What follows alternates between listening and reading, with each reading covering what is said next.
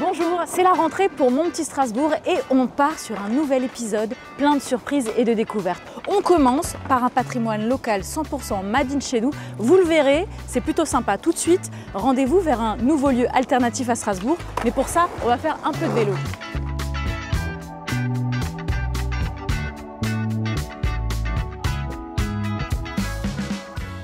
Pour s'y rendre, on emprunte l'une des voies cyclables Eurovélo qui traverse toute l'Europe, dont on célèbre d'ailleurs le 25e anniversaire cette année.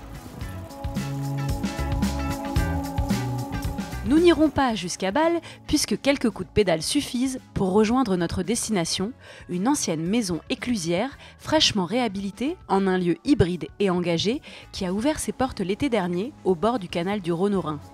Bonjour Maxime. Salut Caroline.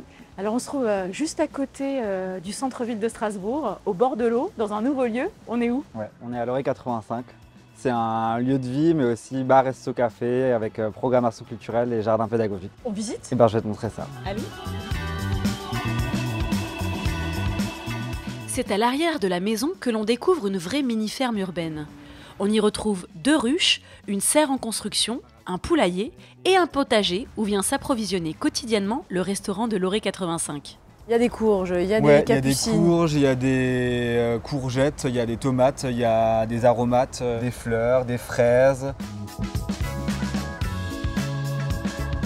C'est à l'intérieur que l'on comprend mieux le concept original du lieu avec ses constructions aux formes organiques qui rappellent celles des maisons grecques, le résultat d'un travail collectif. La plus grosse partie de la réalisation, c'est nos mains et celle de quelques bénévoles. Et on va dire que la durabilité, c'est un peu le maître mot de ce site, de ce tiers-lieu. Ouais, on peut l'appeler comme ça, ouais. Clairement, dans les murs comme dans l'assiette. Tu pourras y goûter juste après. Ouvert toute l'année, ce lieu de vie à la déco pour le moins éclectique, faite de récup, s'inspire du monde aquatique. C'est l'heure pour nous de déguster une douceur maison, 100% locale et de saison. Une programmation qui va de soirée pyjama à soirée karaoké à tout un tas d'autres choses. Et des invitations aussi de la scène locale actuelle. Ouais. Vous accueillez de tout. On a vraiment envie que des gens qui n'ont pas forcément les mêmes quotidiens puissent se rencontrer ici ou au moins fréquenter le même espace. Ça passe. Et par la restauration, la boisson qui est quand même un objet de convivialité. Exactement. On quitte la joyeuse équipe de Loré 85, direction un tout nouveau repère strasbourgeois pour les amateurs de bons produits. Et si on s'intéressait au patrimoine local à travers sa gastronomie? Nous sommes ici dans le tout premier food court de la ville où on peut venir faire ses courses en circuit court mais aussi s'attabler pour un moment de convivialité.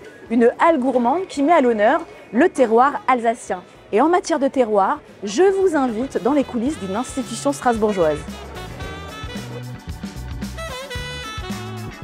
De retour dans le quartier historique où j'ai rendez-vous dans l'une des plus anciennes et emblématiques bâtisses de Strasbourg, la maison Kamerzel. Luc, son directeur, nous attend pour nous faire découvrir l'envers du décor de cette institution gastronomique. Bonjour Luc. Bonjour. Cette adresse mythique a vu défiler les plus grands, des têtes couronnées aux personnalités politiques, en passant par Madonna, Elvis ou même le pape, qui y ont fait une halte. C'est dans la cage d'escalier que s'affiche une galerie de portraits dédicacés, sorte de Walk of Fame version Kamerzel. Autre curiosité de cet escalier, cette surprenante corde. C'est juste une question pratique, ça suit votre mouvement et ça descend tout seul. Il n'y a jamais eu d'accident? Rarement. On commence notre visite de la Kamerzel et de ses petits secrets. On apprend d'ailleurs que la maison s'est agrandie sur 3 étages en 1589 sous l'impulsion de son riche propriétaire de l'époque, négociant en fromage.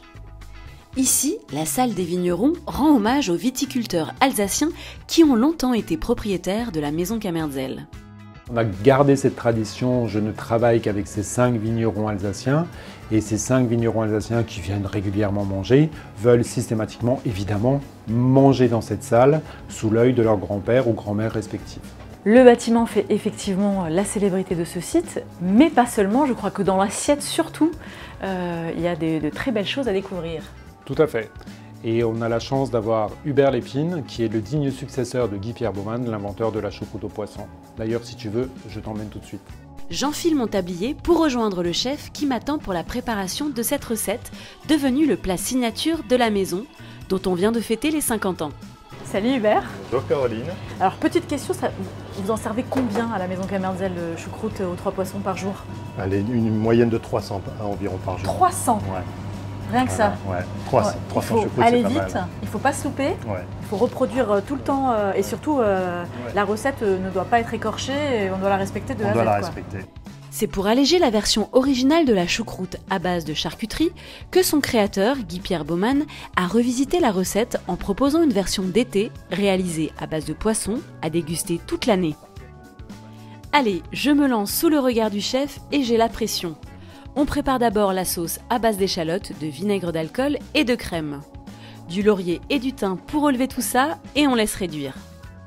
La choucroute se prépare dans une tisane d'épices dont seul le chef garde le secret, qu'il cuisine à Krautergersheim, la capitale de la choucroute à quelques kilomètres de Strasbourg. Bah Caroline, je te laisse couper le poisson. Tu vois, tu vas couper en deux à peu près, tu vas séparer en deux, tu vas l'escaloper en fait. Je vais l'escaloper. Ouais. Allez, on escalope le haddock fumé, le flétan et le saumon. T'es généreuse là. Là je suis généreuse. Ouais, ah ouais, là tu donnes 200 grammes là. Ah, là c'est vraiment pour les Ouais. bons gourmands. On dispose les filets de poisson dans le sens de la dégustation et c'est parti pour 10 minutes au four. On nappe généreusement de sauce, quelques dés de tomates, de l'aneth et le tour est joué. Donc là elle est prête à servir. Oui, tu peux y aller. Parfaite. Oui, c'est parfait, tu peux y aller, c'est chaud. Vas-y, J'y vais. je te laisse. Merci. Allez, à bientôt. Et voilà.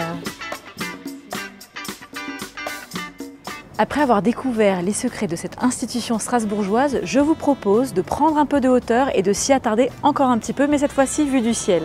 Ce monument historique classé est sans nul doute un trésor du patrimoine. Un édifice de 21 mètres de hauteur dont l'origine reste encore un mystère. Sa construction remonterait à 1427. Sur la façade, toutes les boiseries apparentes sont sculptées. Autre originalité de la maison, sa triple galerie de fenêtres en cul de bouteille.